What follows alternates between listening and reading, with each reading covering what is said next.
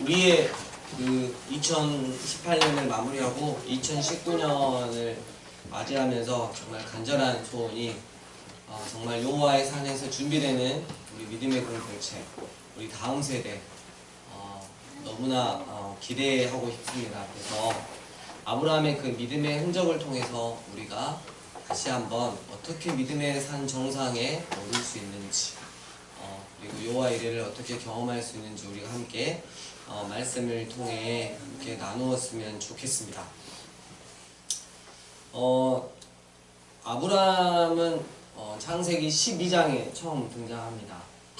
인류 역사가 어떻게 시작이 되었는지, 어떻게 온 세상이 창조되었는지 유일하게 성경에서만 그 원인을 밝히고 있습니다. 살아계신 하나님이 말씀이신 예수님을 통해서 천지를 창조하셨습니다. 그리고 우리 인간을 지으셨고, 근데 그 인간이 하나님과 되고 싶은 그 마음에 사단의 게임에 넘어가서 하나님이 주신 그 자유의지로 하나님을 반역하고 죄를 생명으로 받아들이게 되었습니다. 결국 타락하게 되었고 하나님 마음을 너무 아프게 했고, 그래서 노아 때 홍수 심판으로 이루어져서 하나님께서 다시 시작하려고 하셨으나 이제는 바벨탑을 세워 하나님을 대적하고 하나님과 한번 싸워보겠다라고 하는 그 인간들 앞에 이제 하나님께서는 믿음으로 말미암는, 도저히 인간의 행위로서는 결코 구원이 이루어질 수 없는, 정말 구체적으로 믿음으로 말미암는 구원의 역사를 시작하셨습니다. 그 믿음으로 말미암는 구원의 역사에 우리와 같은 너무 평범한 사람 아브라함이 선택되었던 것입니다. 창세기 12장 우리 같이 성경을 보시면서 하실까요?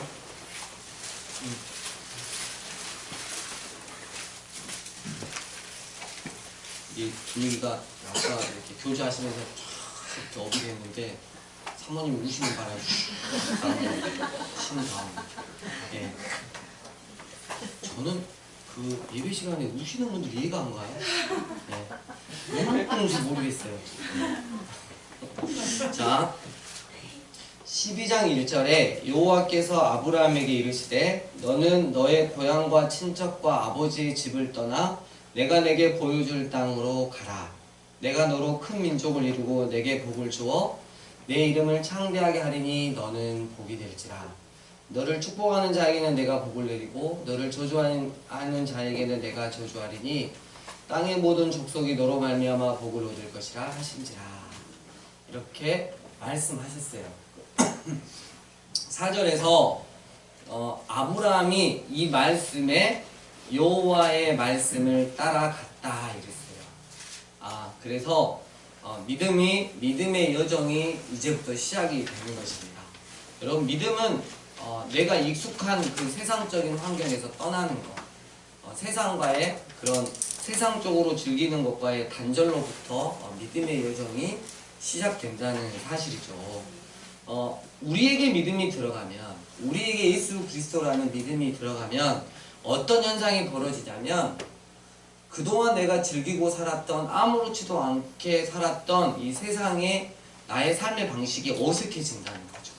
그렇다면 나는 믿음의 여정을 시작하고 있는 거구나 라고 우리가 확인할 수 있겠습니다. 아브라함은 75세 때 이제 믿음의 여정을 시작했고요. 굉장히 먼 길을 유브라테스 강을 건너서 지금으로 말하면 이스라엘 땅으로 들어오고요. 6절, 8절 세겜, 베델로 가서 믿음의 여정 중에 가장 중요한 예배 생활을 하기 시작합니다. 믿음의 본격적인 과정이 시작이 되는데 10절에 애굽으로 내려가는 실수를 범합니다.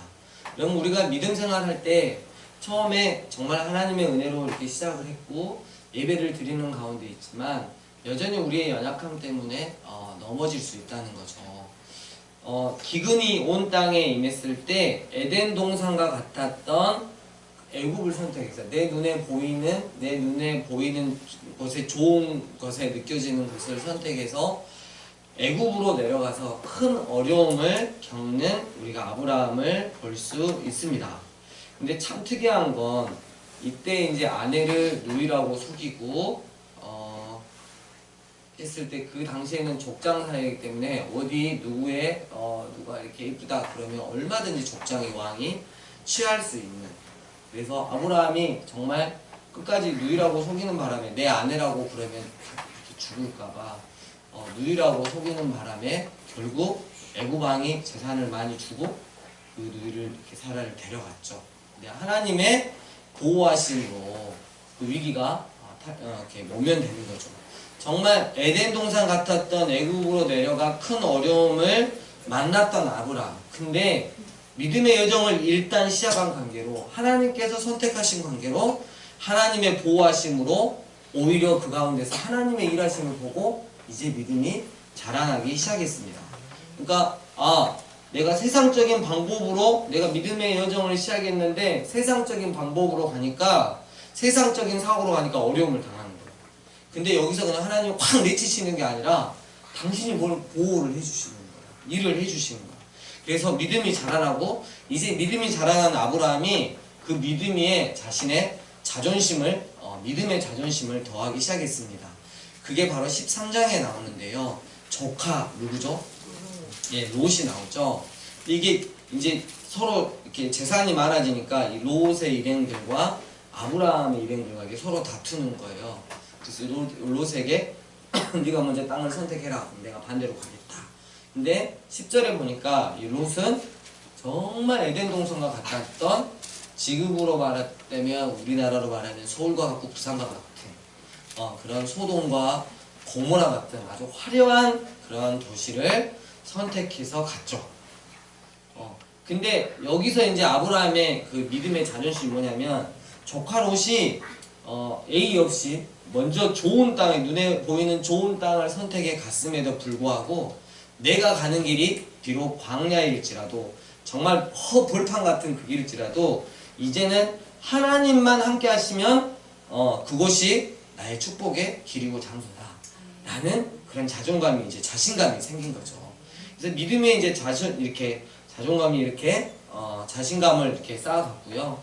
그리고 14장에 보면 북방에 있는, 지금으로 말하면 이스라엘 북방의 세력들이 이렇게 도시들이 연합해서 이 남방 힘이 약했던 소돔과 고모라가 속해 있었던 이 남방 도시들을 이렇게 통치를 했어요. 그래가지고 일정량의 이렇게 필요한 것들을 받았죠. 근데 이 남방왕이 배신을 했죠. 남방왕 연합이. 그래서 치러 왔어요.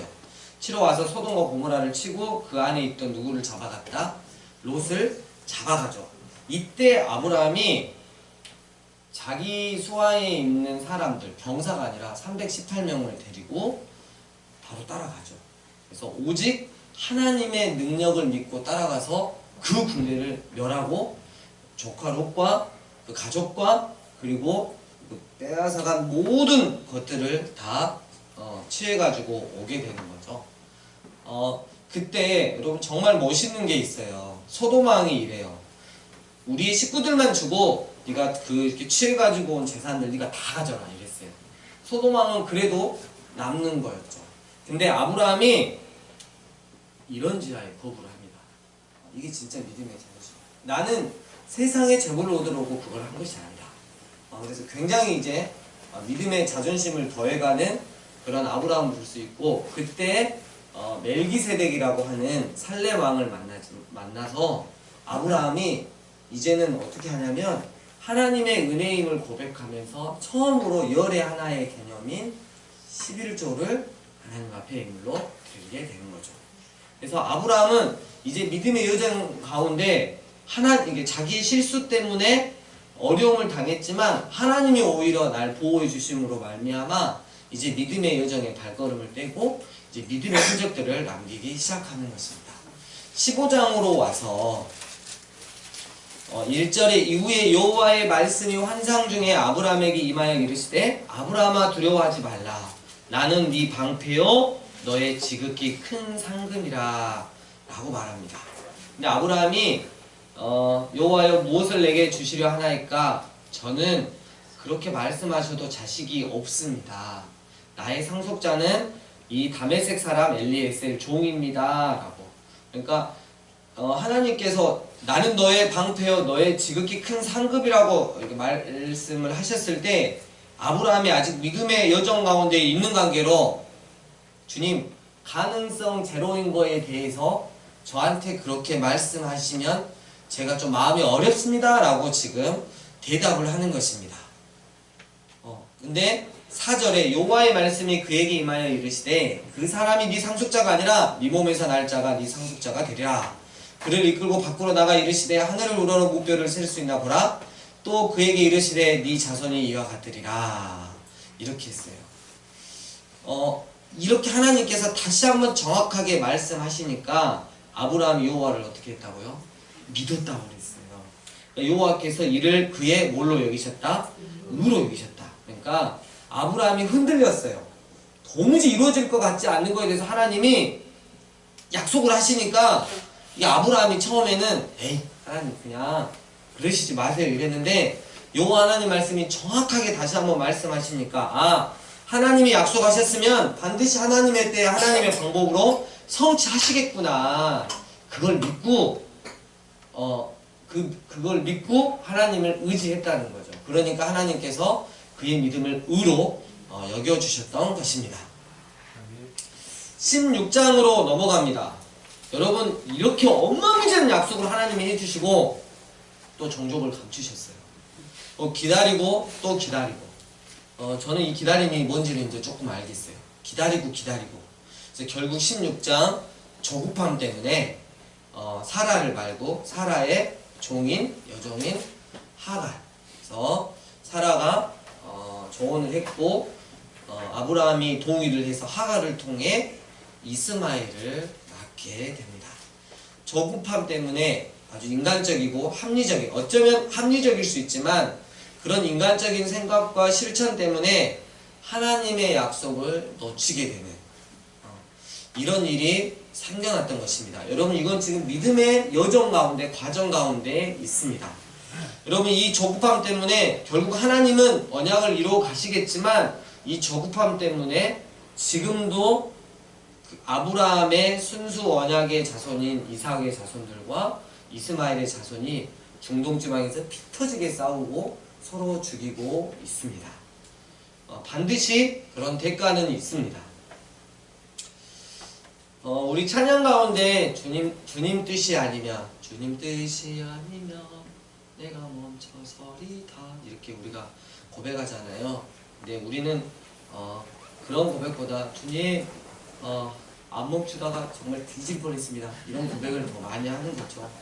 나의 가고 서는 거 주님 뜻에 있으니 아니요 내가 주님 마음대로 이끌려다가 얼마나 힘들었는지 모릅니다. 뜻하신 그곳에 나 있기 원합니다. 아니요 내가 있고 싶은 곳에 있다가 얼마나 혼쭐이 났는지 우리는 거의 이런 고백들을 하는 거죠. 하지만 여기서 실망할 게 아니라는 것. 우리를 선택하신 여호와 하나님의 훈련은 결코 멈추지 않는다는 사실입니다. 17장은 할례가 나옵니다. 주일에도 이렇게 나왔는데요. 여러분 16장 16절에 하갈이 아브라함에게 이스마엘을 낳았을 때 아브라함 나이가 몇 세였다? 86세인데 여러분 세상에 안 그래도 지금까지 많이 기다렸잖아요. 86세인데 99세까지 13년이 지날 동안 아들을 아직도 안 주셨어요. 그럼 이 정도면 어떠겠어요? 포기해야죠. 네.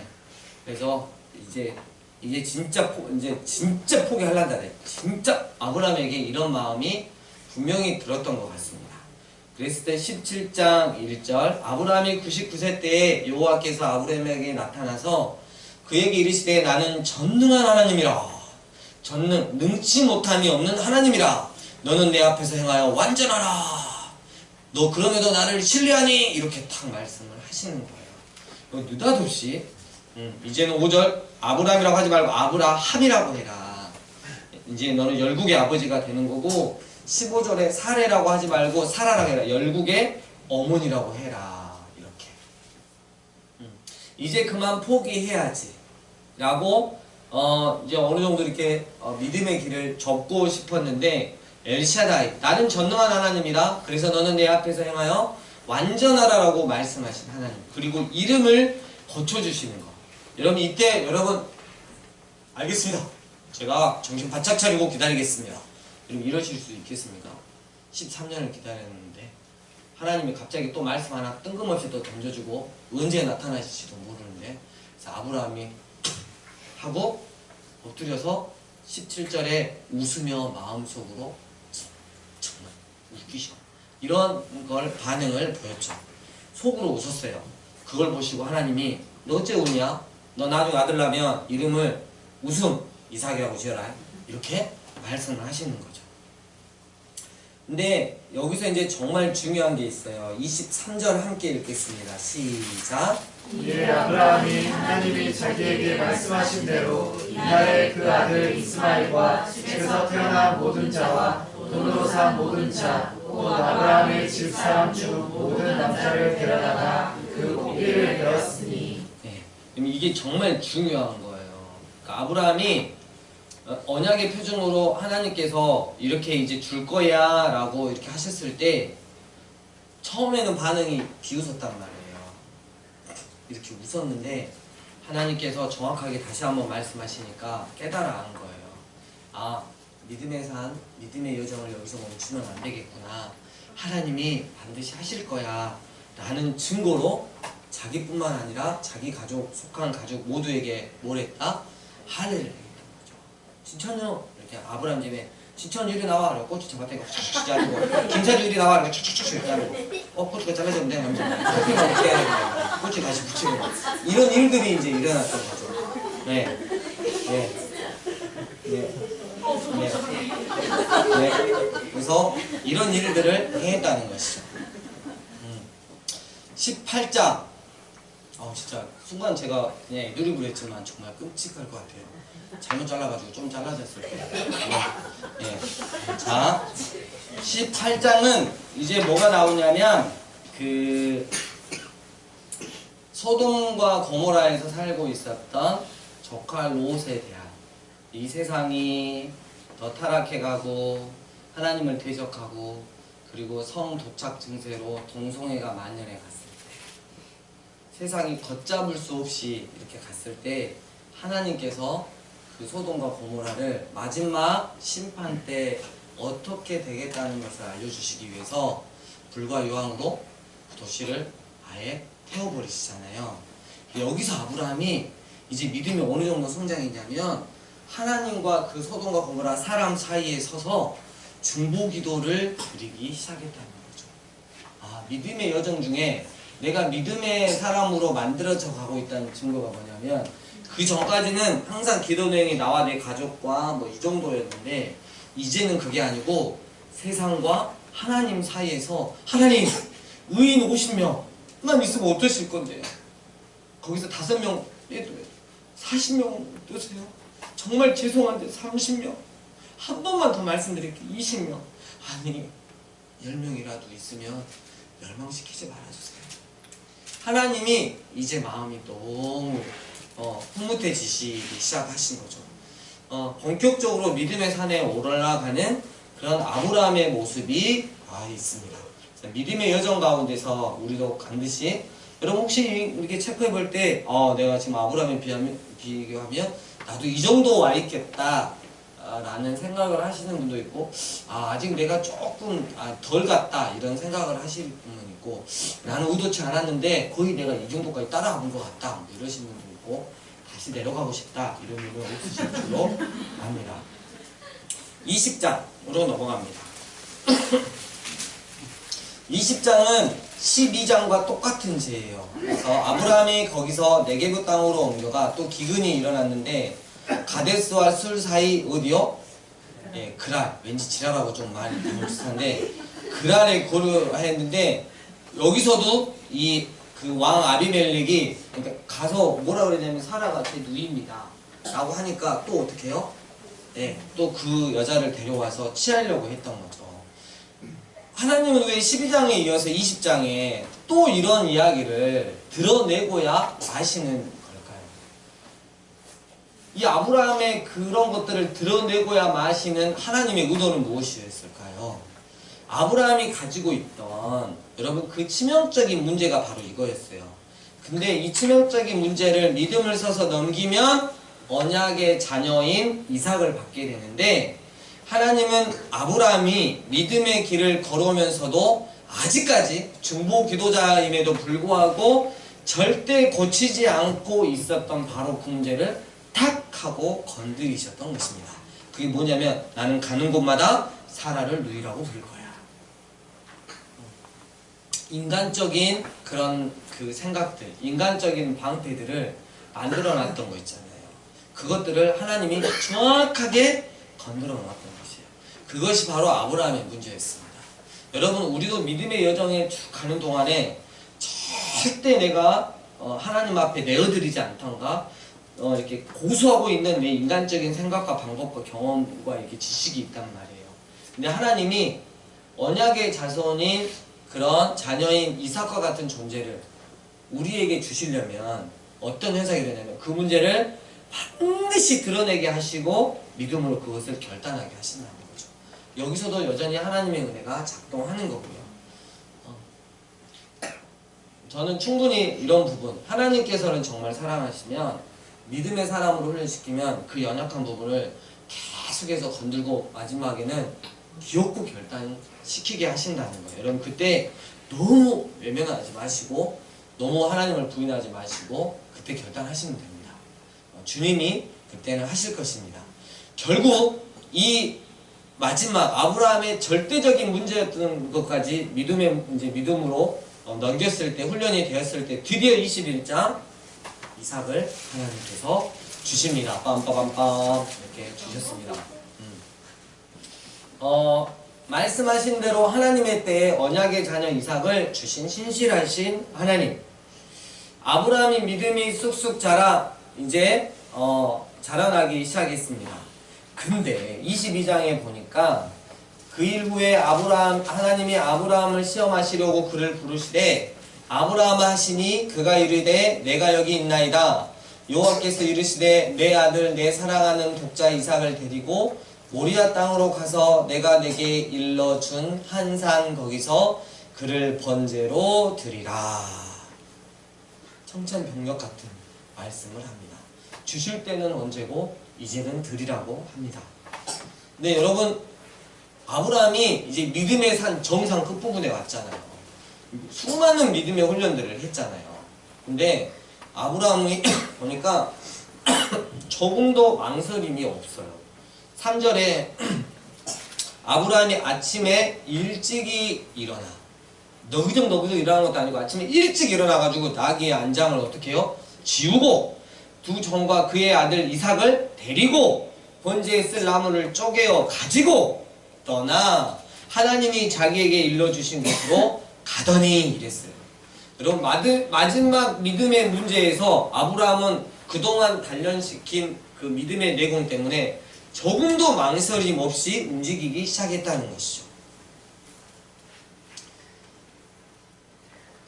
4절에 제3일에 아브라함이 눈을 들어 그곳을 멀리 바라본지라. 이에 아브라함이 종들에게 이르되 너희는 나귀와 함께 여기서 기다리라. 내가 아이와 함께 저기 가서 예배하고 우리가 너희에게로 돌아오리라 하고 아브라함이 이에 번제나무를 가져다가 그의 아들 이삭에게 지우고 자기는 불과 칼을 손에 들고 두 사람이 동행하더니, 여러분, 이삭이 번제나무를 어떻게 해요?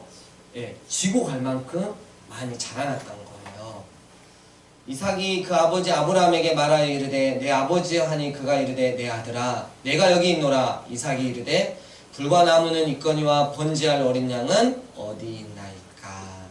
아브라함이 이르되 내 아들아 번제할 어린 양은 하나님이 자기를 위하여 친히 준비하시리라 하고 두 사람이 함께 나아가서 하나님이 그에게 일러주신 곳에 이른지라. 이에 아브라함이 그곳에 제단을 쌓고 나무를 버려놓고 그의 아들 이삭을 결박하여 제단 나무에 놓고 손을 내밀어 칼을 잡고 그의 아들을 잡으려 하니. 이러면 여기 아브라함의 모습을 보면 적어도 생명의 주권자가 누구인지를 정확하게 알고 어떤 망설임도 없이 즉각적으로 순종하는 아브라함의 모습이 있습니다. 이해가 안 가요. 어떻게 자기 자식을 내놓으라는데 한치의 망설임도 없이 순종할 수 있었는지. 어떻게 믿음의 정상에서 그렇게 정말 완벽하게 정답을 써낼 수 있었는지. 아브라함은 믿음으로 이미 이삭을 하나님께 드린 거라고 볼 수 있습니다. 마음에서 이미 이삭을 죽여 하나님께 드렸던 것 같아요. 그러나 아브라함에게 정말 중요한 게 있어요. 그동안 그렇게 수십 년 동안 하나님이 소망이 사라져갈 때 나타나셔서 하셨던 말씀. 아브라함은 오직 약속의 자녀인 이삭을 통해 네 자손이 하늘의 별들처럼 많아지게 하시겠다라고 말씀하셨던 그 하나님이 능히 이삭을 죽은 자 가운데서 다시 살리실 줄로 믿었던 것입니다. 여러분, 이런 믿음이 있으니까 자기의 가장 소중한 것이라도 단번에 죽여버리려고 하는 그 믿음이 생겼던 것입니다. 이랬을 때 하나님께서 이를 제지하시며 아브라함아, 네가 믿음의 산 정상에서 마지막 내는 나의 문제를 네 믿음의 문제를 네가 100점 만점으로 통과했다 라고, 이제는 네가 여호와 하나님을 경외하는 줄을 내가 알겠다. 너의 믿음은 앞으로 오고 오는 모든 세대에게 본이 될 수 있는 믿음, 그 어떤 사람도 너와 같은 믿음을 가져야 할 것이다 라고 말씀을 하십니다. 13절, 아브라함이 그러고 나서 눈을 들어 살펴본 즉 한 순양이 뒤에 있는데 뿔이 수풀에 걸려 있는지라. 아브라함이 가서 그 순양을 가져다가 아들을 대신하여 번제로 드렸더라. 아무것도 모르고 이 순양은 어느 날 갑자기 성령에 감동되어서 산을 오르기 시작했습니다. 그래서 아브라함과 거의 비슷한 시기에 산을 올랐고 느닷없이 수풀에 자기 뿔이 걸려서 오도 가도 못하는 신세가 됐는데 때마침 아브라함 눈에 띄었고 하나님께 드릴 번제물이 되었습니다. 이 순양이야말로 하나님이 그토록 사랑하시는 당신의 독자 예수 그리스도를 상징하는 것입니다. 여러분, 아브라함은 이삭을 마음에서 이미 드렸지만 실제적으로 하나님이 그것을 막으셨어요. 시험 문제만 정답만 확인하셨고, 근데 하나님은 반대로 다 주셨어요. 14절, 아브라함이 그 땅 이름을 여호와 이레라 하였으므로 오늘날까지 사람들이 이르기를 여호와의 산에서 준비되리라 하라 그랬어요. 말씀을 이렇게 마무리할게요. 여호와 이레를 경험하고 싶습니까? 라고 묻는다면 전 너무 경험하고 싶어요. 2018년 그 너네스쿨 그 개항 예배 때 여호와의 산에서 준비되리라는 그런 말씀을 주셨고요. 이제 2019년은 교회도 같이 이거를 이렇게 표어로 삼고 진행해 갔으면 좋겠다. 이런 마음이 너무 간절했고요. 여호와의 산에서 준비되리라. 여러분, 우리 2019년이 지나갈 때 귀한 고백들이, 하나님이 정말 하셨습니다 라는 고백들이 나왔으면 좋겠어요. 혹시 우리의 믿음의 부족함으로 말미암아서 여호와의 산에서 준비가 덜 되면 2020년도 여호와의 산에서 준비되리라. 응답 받을 때까지, 주님 오실 때까지 계속해서 저기 화이트에 계속 지워가고 우리가, 그래서 근데 이거는 2019년에 제가 이 표현은 이제 끝내고 싶은 마음이 들어요. 왜냐하면 준비되면 하나님께서 마음껏 쓰실 수 있잖아요. 우리 교회 마음껏 쓰실 수 있고 한 사람 한 사람 다 쓰실 수 있으니까.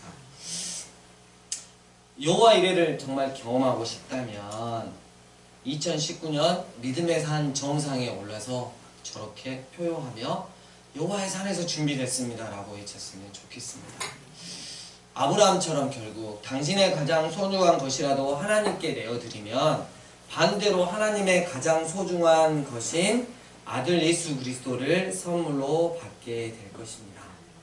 그리고 하나님의 일하심을 경험하게 될 것입니다. 여호와의 산에서 준비되리라.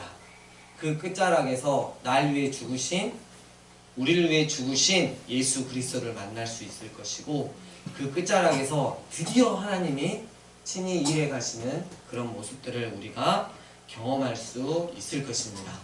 2019년 끝자락에서 정말 하나님 앞에서 긴 믿음의 여정 가운데 여러분 우리가 지금 우리 교회가 내 개인이 지금 어디 정도까지 이렇게 믿음의 산에 올라가고 있는지 체크가 좀 되셨을 거예요. 그죠?